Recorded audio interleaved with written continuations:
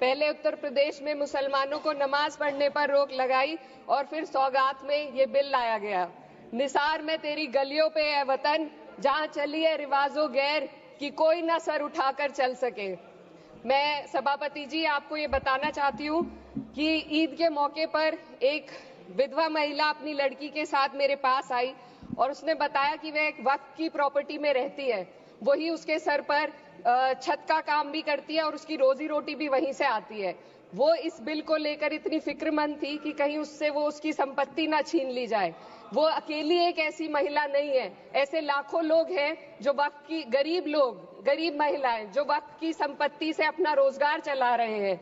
और ये जो वक्फ बाय यूजर क्लॉज के हटाने से लाखों वक्फ की जायदाद अपना स्टेटस खो देंगी और लाखों लोग इसी तरीके के लोग सड़कों पर आ जाएंगे। वक्फ क्या है? वक्फ बाय यूजर क्या है? इसका ये मतलब है कि कोई जायदाद अगर सालों से दीन और भलाई के कामों के लिए इस्तेमाल हो रही हो तो वो खुद ब खुद वक्फ मानी जाएगी। हिंदुस्तान की अदालतों ने भी इस बात को तस्लीम किया है। वक्फ बाय यूजर सिर्फ वक्फ बोर्ड को ही मिली कोई खास सौगात नहीं है, ये बल्कि सभी अन्य धार्मिक ट्रस्टों को परंपरा और यूज के आधार पर बिना किसी डॉक्यूमेंटेशन के धार्मिक चरित्र को डिक्लेयर करने का राइट मिला हुआ है।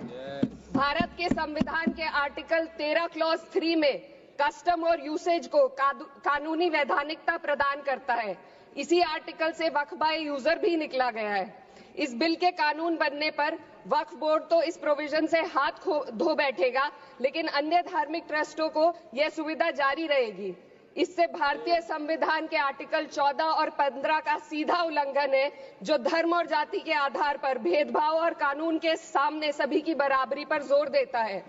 मैं इसके साथ ये भी कहना चाहती हूँ कि सत्ता के लोग जो एक दूसरे की पीठ थपथपा रहे हैं कि वक्फ बाय यूजर का जो अमेंडमेंट इन्होंने दिया उसको एक्सेप्ट कर लिया गया है, लेकिन इनकी शरारत यह है कि उसके साथ ही एक ऐसा प्रोवाइजो इसमें शामिल किया गया जिसके आधार पर यह कहा गया है कि अगर कोई भी वक्फ की संपत्ति विवादित हो तो वो अपना वक्फ स्टेटस खो देगी। तो जो अमेंडमेंट इन्होंने दिया है, जिसको एक्सेप्ट कर लिया गया है, उसका कोई मतलब नहीं है। ये इनकी नीयत है जो साफ जाहिर हो रही है। सोने पर सुहागा एक काम और किया है। सरकार ने वक्फ की कानून के सेक्शन 107 को हटाकर लिमिटेशन एक्ट में 12 साल तक ही किसी के खिलाफ अदालत में जाने का प्रोविजन है। सेक्शन 107 में बोर्ड को लिमिटेशन एक्ट से राहत मिली हुई थी। वक्फ बोर्ड कभी भी अवैध कब्जाधारियों के खिलाफ अदालत जा सकता था। अगर ये सेक्शन ना हो तो अवैध कब्जा करने वाले लोग कानूनी प्रक्रिया का फायदा उठाकर वक्फ की प्रॉपर्टी को हड़प सकते हैं। अन्य धार्मिक ट्रस्टों पर भी ये लिमिटेशन एक्ट लागू नहीं होती, तो फिर वक्फ बोर्ड के साथ ये सौतेला रवैया क्यों किया जा रहा है? धर्म को देखकर दोहरी नीति क्यों अपनाई जा रही है? सेक्शन 107 और वक्फ बाय यूजर को अगर एक साथ पढ़ा जाए तो इससे लाखों वक्फ की प्रॉपर्टी पर कब्जा किया जाएगा। इसलिए ये बिल मुसलमान की भलाई का नहीं बल्कि उनके वजूद और विरासत को मिटाने का बिल है। हिंदुस्तान में बहुत सारे धार्मिक ट्रस्ट हैं जिसमें उस खास मजहब के लोग शामिल होते हैं और उसका इंतजाम करते हैं। और ये बात समझ में आने वाली भी है, क्योंकि जो व्यक्ति अपने मजहब के रीति रिवाज को जितना अच्छे से समझ सकता है, किसी अन्य मजहब का व्यक्ति नहीं समझ सकता। आर्टिकल 26 क्लॉज 2 के तहत धार्मिक संप्रदायों को अपने मजहबी इदारों के एडमिनिस्ट्रेशन का हक देता है, लेकिन वक्फ बोर्ड के बारे में इसको उल्टा किया जा रहा है। Sir 2 minute sir please 2 minutes. सरकार इसे एक सेक्युलर बॉडी मान रही है और इसमें गैर मुस्लिमों को शामिल करने की बात कह रही है। आपके मुंह से सेक्युलरिज्म की बात सुनकर अच्छा लगा, लेकिन अगले ही पल ये भ्रम टूट जाता है, क्योंकि आपको सिर्फ दान देने के लिए प्रैक्टिसिंग मुस्लिम का आपने क्लॉज डाला है, लेकिन बोर्ड में बैठने के लिए मुस्लिम होने की कोई आपकी क्लॉज नहीं है। तो इससे आपकी जो दोहरी नीति है वो साफ जाहिर होती है। ये वही सरकार है जिसने राम जन्मभूमि ट्रस्ट में ये लिख दिया कि जिला अधिकारी भी अगर होगा तो हिंदू होना चाहिए। कोई मुझे बताए कि वहां पर सेक्युलरिज्म का रस क्यों नहीं घोला गया?